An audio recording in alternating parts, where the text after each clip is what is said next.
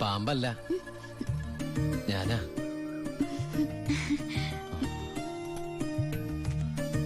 കുട്ടി ഞെട്ടിയോ?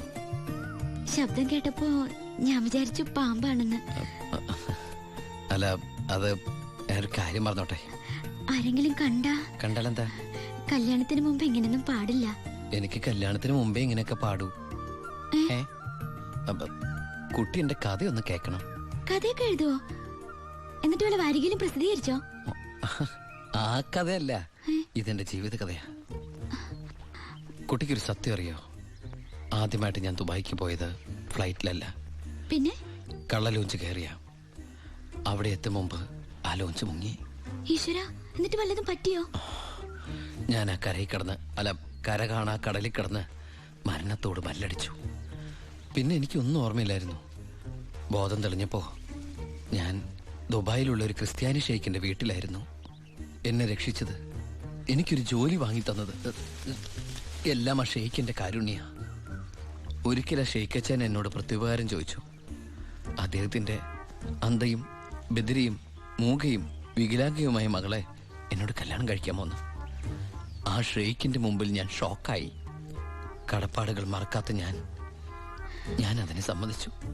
ഞാൻ തിരിച്ചു ചെല്ലുന്നും കാത്ത് അന്ധയായ ആ കുട്ടി കണ്ണിൽ എണ്ണൊഴിച്ച് കാത്തിരിക്കുക. ആ കുട്ടിയെ മറക്കാൻ എനിക്കാവില്ല. സോറി. കരയ, ഇതുകൊണ്ട് കണ്ണീരൊപ്പിക്കോളൂ. ആരും കാണണ്ട. എന്നിട്ട് കുട്ടി വീട്ടിലേക്ക് വെക്കോളൂ.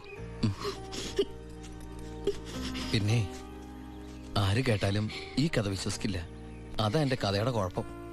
വീട്ടിൽ ആരോട് ചെന്നത് പറയണ്ട. അവരാരെങ്കിലും ചോദിച്ചാ കുട്ടിക്ക് എന്നെ ഇഷ്ടായില്ലെന്ന് മാത്രം പറഞ്ഞാൽ മതി.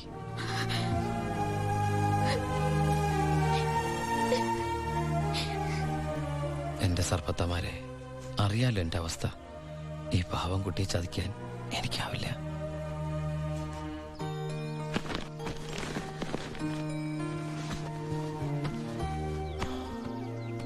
ഭാരതീയമ്മ എന്താ പിണങ്ങിയിരിക്കുക?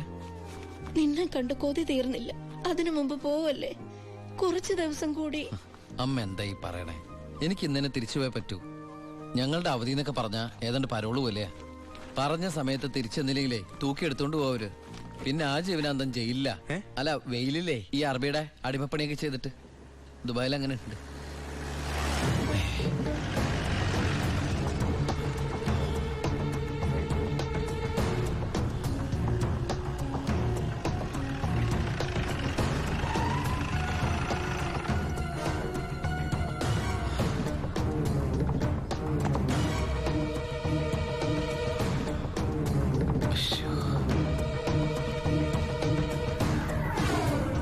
ഏട്ടനെന്താ പതുങ്ങി നോക്കുന്നത്?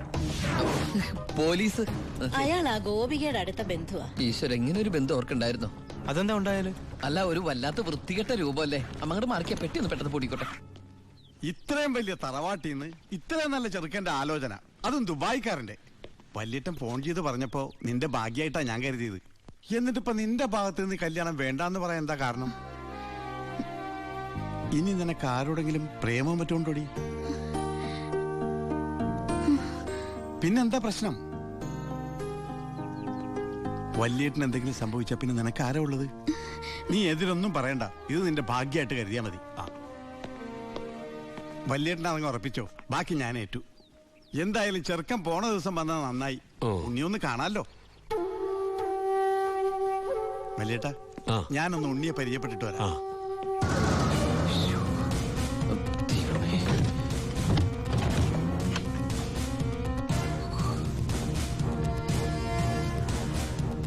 ഏട്ടാ, എല്ലാം എടുത്തിട്ടുണ്ട്. ഒന്നും മറന്നില്ലല്ലോ? ഒന്നും മറന്നിട്ടില്ല. നീ ഒരു കാര്യം ചെയ്യ്, പെട്ടെന്ന് ഈ സ്ഥലം എടുത്ത് ഇതുവഴി വണ്ടി കയറിക്കോ. ഓളെ ഓക്കെ അല്ലേ? അമ്മേ, സമയമ്മേ. അമ്മ ഞാൻ ഇറങ്ങാട്ടോ. എന്തേത്? ഇത്തിരി അച്ചാറും പലഹാരങ്ങളും. എന്റെ അമ്മ, ഈ സാധനങ്ങളൊന്നും അങ്ങോട്ട് കൊണ്ടാൻ പറ്റില്ല. അവിടുന്ന് തരുന്ന ഫുഡല്ലേ കഴിക്കാൻ പറ്റുള്ളൂ. ഭയങ്കര സ്ട്രിക്റ്റ് അല്ലേ?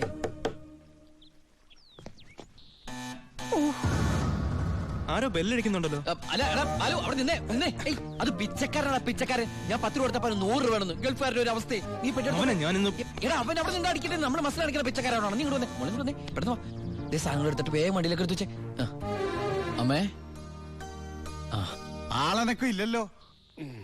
ചിലപ്പോ എയർപോർട്ടിൽ പോയി കാണും. എങ്കിൽ അടുത്ത പ്രാവശ്യം വരുമ്പോ കാണാം. പോട്ടെ. ഫ്രണ്ട് സീറ്റ് വെക്കണേ. വേഗം എടുത്തു വെക്കേ.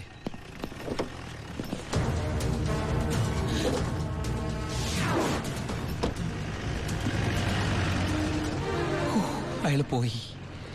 ആ നിർത്ത് നിർത്ത് നിർത്ത്. ആ പൊറോട്ട എടുത്ത്. ആ അയാള് വരുന്നു. അയ്യോ. എന്താ എന്ത് പറ്റി? ഓ എന്തൊരു ചൂടാണത്, ഭയങ്കര ചൂട്. ഞാൻ ഒന്നുകൂടി കുളിച്ചിട്ട് വരട്ടെ. നാട്ടുവെള്ളത്തിൽ ഒന്ന് കുളിക്കണമെങ്കിൽ എത്ര നാൾ കഴിയണം? ദുബായ് കിട്ടുന്ന വെള്ളം ഉണ്ടോടാ? ഡീസൽ അല്ലേ, ഡീസൽ. ഓ.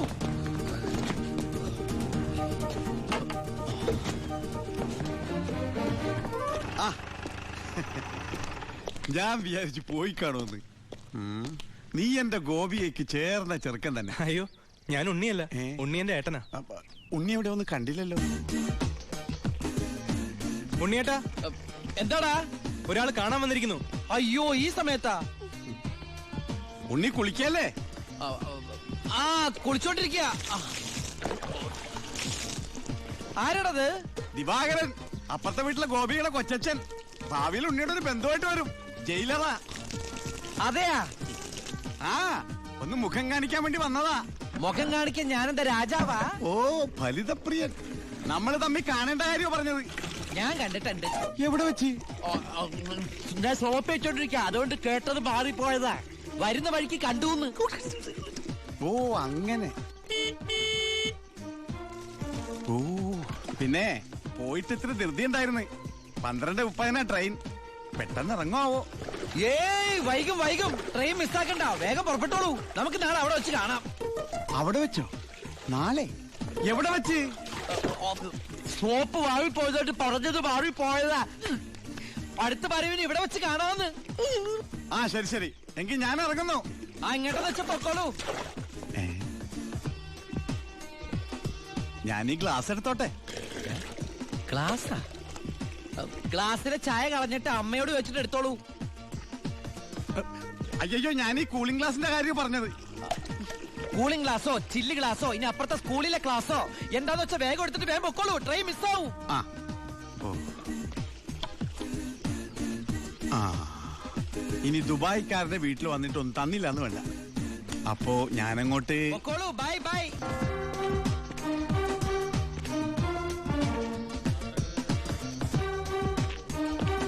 ആ ഇതാര്? പണ്ടോർക്കെല്ലാം വെച്ചിരിക്കണ എന്റെ ക്ലാസ്സാടാ. സത്യത്തിൽ ഇയാള് പോലീസ് അതോ കുള്ളനാ? കള്ളനാ? നീ നാട്ടിലൊക്കെ പോയൊന്ന് മിനിങ്ങിയിട്ടുണ്ടല്ലോടാ പരമശിവം. അത് സാറി ഗ്ലാസ് വെച്ച് നോക്കിട്ട് തോന്നണതാ. പരോള് കഴിഞ്ഞു വന്നപ്പോ നീ എനിക്കെന്താ കൊണ്ടുവന്നേ?